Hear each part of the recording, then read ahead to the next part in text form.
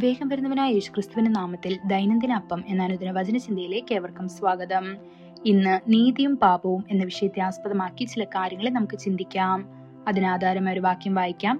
സദൃശ്യവാക്യങ്ങൾ 14 അധ്യായം 34 വാക്യം. നീതി ജാതിയെ ഉയർത്തുന്നു, പാപമോ വംശങ്ങൾക്ക് അപമാനമാണ്. ഒരു വശത്ത് കർത്താവ് നമ്മെ നീതിയിലേക്ക് വിളിക്കുന്നു, മറുവശത്ത് സാത്താൻ നമ്മെ പാപത്തിലേക്ക് വിളിക്കുന്നു. നാം നീതിയുടെ പാതയിൽ നടക്കുമ്പോൾ കർത്താവ് നമ്മെ ഉയർത്തുകയും ബഹുമാനിക്കുകയും മഹത്വപ്പെടുത്തുകയും ചെയ്യും. എന്നാൽ നാം പാപത്തിന്റെ പാതയിൽ നടന്നാൽ നാം ലജ്ജയിലും നിന്ദയിലും വീഴും. നാശം അകലെയല്ല. പക്ഷികളെ പിടിക്കാൻ ഒരു വേട്ടക്കാരൻ കെണികൾ സ്ഥാപിക്കുന്നു. മത്സ്യത്തൊഴിലാളികൾ മീൻ പിടിക്കാൻ കൊളുത്തുകളിൽ ചൂണ്ടയിടുന്നു. പക്ഷേ കുരങ്ങുകളെ എങ്ങനെ പിടിക്കുമെന്ന് നിങ്ങൾക്കറിയാമോ? ഇടുങ്ങിയ ദ്വാരമുള്ള ഒരു ചെറിയ പാത്രം തയ്യാറാക്കുന്നു. അതിനുള്ളിൽ അവർ ശക്തമായ സുഗന്ധമുള്ള വറുത്ത നിലക്കടല വയ്ക്കുന്നു. ഒരു കുരങ്ങൻ നിലക്കടലയുടെ മണം പിടിക്കുമ്പോൾ അത് പാത്രത്തിൽ കൈവയ്ക്കുകയും കഴിയുന്നത്ര നിലക്കടല പിടിക്കുകയും ചെയ്യുന്നു.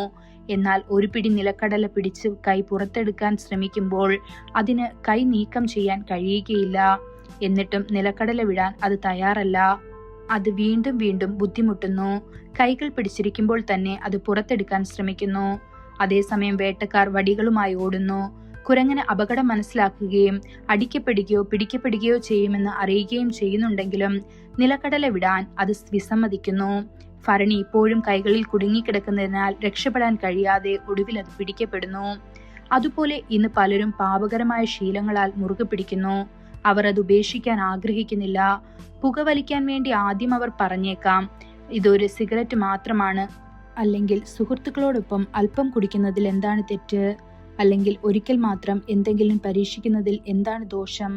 എന്നാൽ ഒടുവിൽ ഈ ശീലങ്ങൾ അവരെ അടിമകളാക്കുന്നു. അധാർമികതയുടെയും അഴിമതിയുടെയും ആത്മാക്കൾ ആളുകളെ ബന്ധിക്കുകയും നാശത്തിലേക്ക് വലിച്ചിടുകയും ചെയ്യുന്നു. ബൈബിൾ പറയുന്നു, നിങ്ങളുടെ പാപഫലം നിങ്ങൾ അനുഭവിക്കും. ഇത് സംഖ്യാപുസ്തകം 32 അധ്യായം 23 വാക്യത്തിൽ കാണപ്പെടുന്നു. അപ്പോസ്തലനായ പൗലോസ് എഴുതുന്നു, ചില മനുഷ്യരുടെ പാപങ്ങൾ വിസ്താരത്തിന് മുൻപേ തന്നെ വെളിവായിരിക്കുന്നു, എന്നാൽ ചിലരുടെ പാപങ്ങൾ പിന്നിട്ട് തുടരുന്നു. ഇത് 1 തീമോഥെയോസ് 5 അധ്യായം 24 വാക്യത്തിൽ കാണപ്പെടുന്നു. ചില കുടുംബങ്ങളിൽ ഭാര്യ ഭർത്താക്കന്മാർ സ്വയനീതിയിൽ ശാഠ്യം പിടിക്കുന്നു. അവർ പരസ്പരം വഴങ്ങാൻ വിസമ്മതിക്കുകയും കുരങ്ങൻ നിലക്കടലയിൽ പിടിക്കും പോലെ സ്വന്തം സ്ഥാനങ്ങളിൽ പറ്റിപ്പിടിക്കുകയും ചെയ്യുന്നു. തൽഫലമായി അവർ തങ്ങളുടെ വീടിന്റെ സമാധാനം നഷ്ടപ്പെടുത്തുകയും അവരുടെ ഐക്യം നശിപ്പിക്കുകയും ചെയ്യുന്നു. പല കുടുംബങ്ങളും ഈ രീതിയിൽ തകർന്ന് വിഭജിക്കപ്പെട്ടിട്ടുണ്ട്.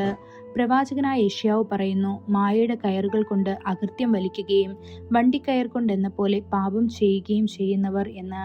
ഇത് യെശയ്യാവ് 5 അധ്യായം 18 വാക്യത്തിൽ കാണപ്പെടുന്നു. ദൈവമക്കളെ, പാപത്തിൽ ശാഠ്യത്തോടെ പറ്റിപ്പിടിക്കരുത്. പകരം അത് വിട്ട് അതിൽ നിന്ന് പിന്തിരിയുക. നിങ്ങളെ തന്നെ പൂർണ്ണമായും കർത്താവിന്റെ കൈകളിൽ ഏൽപ്പിച്ച് യഥാർത്ഥ വിടുതൽ നേടുക. ഈ വചനങ്ങളാൽ ദൈവം നമ്മെ ഓരോരുത്തരെയും അനുഗ്രഹിക്കുമാറാകട്ടെ. കൂടുതൽ ധ്യാനത്തിനുള്ള വാക്യം സങ്കീർത്തനം 19 അധ്യായം 13 വാക്യം. അഹങ്കാരപരമായ പാപങ്ങളിൽ നിന്ന് അടിയനെ കാക്കണമേ, അവ എൻ്റെ മേൽ ആധിപത്യം സ്ഥാപിക്കരുതേ.